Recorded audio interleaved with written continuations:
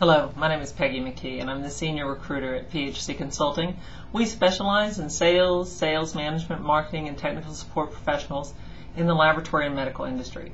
Today I wanted to talk to you about a topic that came across my desk this week, and that is the Bragbook and how to present it in the interview. I had a candidate say to me, "Hey, I've got a great Bragbook. I brought it, and can you believe that the manager actually looked through it? I really think the interview went well. He actually looked through my Bragbook." And of course I didn't say to him, "Oh my gosh, what's been going on in your life that you've never had a manager look through your Bragbook before?" But I want to make sure that none of you make this mistake again. If you go to the trouble to put together a Bragbook, and they are very persuasive in the interview process if you use them right, then you need to go to the trouble to present the Bragbook just like you would a product brochure if you were going to see a customer. And in fact, the hiring manager is going to judge you based on how you present your Bragbook, because he's going to figure that is how you will present their product brochure. There are a lot of sales reps out there who don't use their tools very well. They don't use their brochures well. They don't use PowerPoint presentations that they have, anything like that. They don't use that well.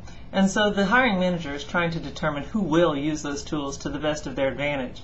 And so he's going to look at how, he or she is going to look at how you use your Bragbook. So I think somewhere in the interview, and you have to decide when the timing is right, perhaps it's when they say, "Hey, can you tell me a little bit more about yourself? Or is there something else that you'd like us to know? Or, in a brief summary, tell us a little bit about why you think we should hire you."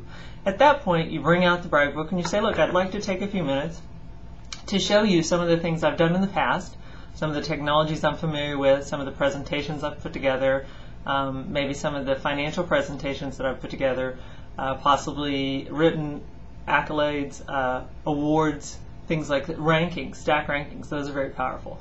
And then take the time to actually present the Bragbook. Turn it around so that the hiring manager can see it.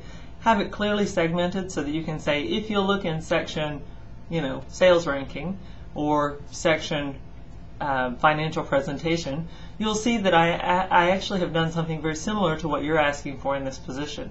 And this is how I handled that problem. Or this is how I was able to convince the customer that they should move forward when they were actually sort of in a stop still in the sales process.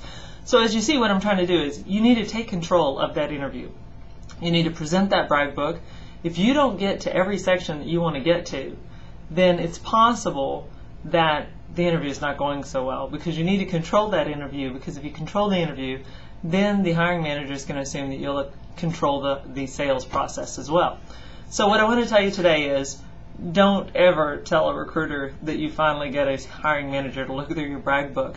If you take the time to put together the Bragbook, take the time to make sure that you actually show it off and use it for your best interest in the hiring process. Thank you very much for your time. Please take a look at my other videos and check us out at www.phcconsulting.com. Again, www.phcconsulting.com. I hope this helps.